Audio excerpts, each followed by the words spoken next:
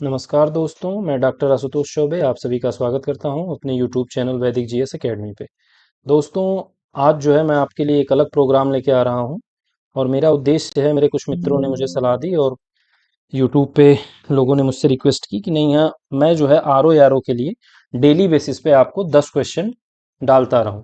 और ये 10 क्वेश्चन जो है पूरे स्टैटिक एरिया से होंगे और उसके अलावा जो करंट अफेयर्स चल रहा है उससे होगा। तो मेरा उद्देश्य है कि इस तरह के प्रश्न आपको मैं अगर देता रहूं और जो भी साथी हैं तैयारी में जिनको समय कम मिल पाता है या जो नए बच्चे हैं उनको इन प्रश्नों के अभ्यास से इतना अभ्यास हो जाए कि वो जब परीक्षा में बैठे तो लगभग 70 से 80% प्रश्न जो उनके यहाँ कवर हो जाए। और देखिए, इस जो प्रश्न को मैंने तैयार किया है इसमें मेरा फोकस रहा है कि जो पीवाईक्यूज हैं आर ओ प्री के, मेंस के, उसके पश्चात यूपी पीसीएस प्री के जो क्वेश्चन है, और जहां भी लग रहा है कि नहीं यूपीएससी के वन लाइनर जो क्वेश्चन है जो लगता है कि नहीं आपसे कभी भी पूछे जा सकते हैं आर ओ एग्जाम में, वो मैंने यहाँ पे लिया है। तो आइए हम लोग अपना वीडियो शुरू करते हैं। तो देखिए, आज का हमारा जो पहला प्रश्न है वो है, चित्रकूट जलप्रपात निम्नलिखित में से किस नदी पर है या किस नदी पर स्थित है। और यहाँ देखिए 4 ऑप्शन आपके दिए गए हैं। पहला ऑप्शन आपका है महानदी, दूसरा ऑप्शन आपका है नर्मदा, तीसरा ऑप्शन है गोदावरी और चौथा ऑप्शन है इंद्रावती। तो मैं आपको बता दूं कि जो महानदी चित्रकूट जलप्रपात है वो छत्तीसगढ़ में इंद्रावती नदी पे, यानी ये आपका ऑप्शन डी, ये इंद्रावती नदी है, इस पे स्थित है और इसे भारत का न्यायग्रा भी कहा जाता है। अब इसके बाद देखिए, जो हमारा दूसरा प्रश्न है वो है, नवरात्रि को सरस्वती पूजा के रूप में निम्न राज्य में मनाया जाता है।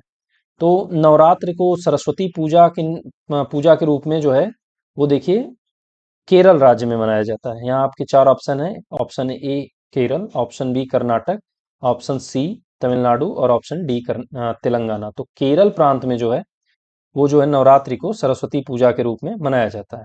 अब हम अगला क्वेश्चन लेंगे। अगला प्रश्न देखिए करेंट से रिलेटेड है और ये बहुत ही फेमस क्वेश्चन है, मुझे लगता है कि ये पूछा जा सकता है।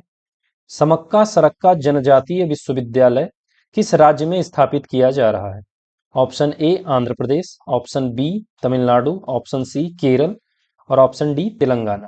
और इसका सही आंसर जो है वो है ऑप्शन डी तेलंगाना। तेलंगाना राज्य में जो है यह जनजातीय विश्वविद्यालय स्थापित किया जा रहा है जिसका नाम समक्का और सरक्का है। फिर हमारा अगला क्वेश्चन है, विश्व मातृभाषा दिवस किस दिन मनाया जाता है। देखिए, यह प्रश्न जो है यूपी पीसीएस प्री में पूछा जा चुका है और मैंने आपको जैसा पहले भी बताया कि नहीं, मैं ऐसे प्रश्नों को भी लूंगा जो स्टेट पीएससी के एग्जाम में पूछे गए हैं। तो यहाँ ये प्रश्न जो है वहीं से लिया गया है। अब इसका ऑप्शन देखिए, ऑप्शन ए 21 फरवरी, ऑप्शन बी 21 अक्टूबर, ऑप्शन सी 25 जनवरी, ऑप्शन डी 22 मार्च। तो इसका सही आंसर जो है वो है 21 फरवरी, यानी मातृभाषा दिवस जो है 21 फरवरी को मनाया जाता है। अब जो है हम अपना अगला क्वेश्चन देखेंगे। देखिए, ये विज्ञान से लिया गया है और ये भी जो है पीवाईक्यू है। ये यूपी आरओ में पूछा जा चुका है। पॉलीथीन बनाने में निम्नलिखित में से किस गैस का प्रयोग होता है। तो देखिए, ऑप्शन ए है ethylene, option B carbon dioxide, option C nitrogen, option D carbon monoxide. और इसका जो है सही आंसर है ऑप्शन ए एथिलीन। अब हमारा जो अगला प्रश्न है वो है, 1918 के संयुक्त प्रांत किसान सभा का गठन निम्न में से किस नेता ने किया था। तो देखिए, option A Baba Ramchandra, option B Indra Narayan Dwivedi, option C Sahajanand Saraswati, option D Jawaharlal Nehru.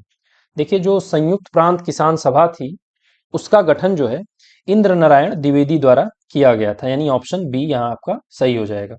Indra Narayan Dwivedi जो थे वो मालवीय जी के शिष्य थे और इस क्षेत्र के काफी लोकप्रिय नेता थे। तो इनके निर्देशन में जो है संयुक्त प्रांत किसान सभा का गठन हुआ था। अब अगला प्रश्न है हमारा, डॉप्सन इकाई से निम्नलिखित में से क्या मापा जाता है। ऑप्शन ए ओजोन सांद्रता, ऑप्शन बी उष्मीय चालकता, ऑप्शन सी भूमि की नमी, ऑप्शन डी विकिरण। तो देखिए, जो डॉप्सन इकाई है उससे जो है हमें ओजोन की सांद्रता नापने में मदद मिलती है। तो इसका आंसर होगा ए, यानी ओजोन की सांद्रता नापने की जो इकाई है उसको हम डॉप्सन कहते हैं। फिर अगला प्रश्न है, अभी हाल में तंजानिया की राष्ट्रपति को किस भारतीय विश्वविद्यालय द्वारा मानद उपाधि दी गई। ऑप्शन ए जेएनयू, अर्थात जवाहरलाल नेहरू विश्वविद्यालय Nai Delhi. Option B BHU मतलब Banaras Hindu Vishwavidyalaya Varanasi. Option C DU means Delhi Vishwavidyalaya Nai Delhi. और ऑप्शन डी PU मतलब पंजाब विश्वविद्यालय चंडीगढ़। तो इसका सही ऑप्शन है जवाहरलाल नेहरू विश्वविद्यालय।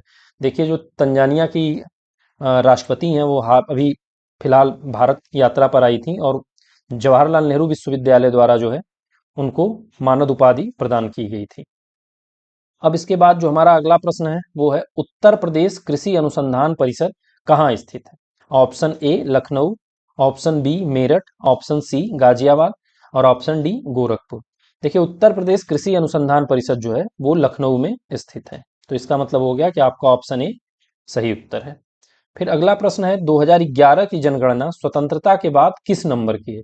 यानी 2011 के बाद जो जो 1947 के बाद स्वतंत्रता के उपरांत जो 2011 की जनगणना है इसका क्रम क्या है। तो ऑप्शन ए 5वीं, ऑप्शन बी 7वीं, ऑप्शन सी 8वीं, ऑप्शन डी 9वीं। तो याद रखिए कि यह जो है 7वीं नंबर की जनगणना है स्वतंत्रता के बाद, यानी हमारा आंसर बी सही है इसमें। तो ये कुल हमने आपको लगभग 10 प्रश्न दिए और मेरा लक्ष्य है कि इसी तरह के जो है मैं आपको डेली बेसिस पे महत्वपूर्ण प्रश्नों के सेट को कराता रहूँगा। और अगर आपको लगता है कि इसमें मुझे कुछ और जोड़ना चाहिए तो वो आप मुझे बताएंगे। और फिलहाल आज की क्लास यहाँ समाप्त होती है और मैं आशा करता हूँ कि इससे आपको लाभ होगा। और आज के लिए धन्यवाद।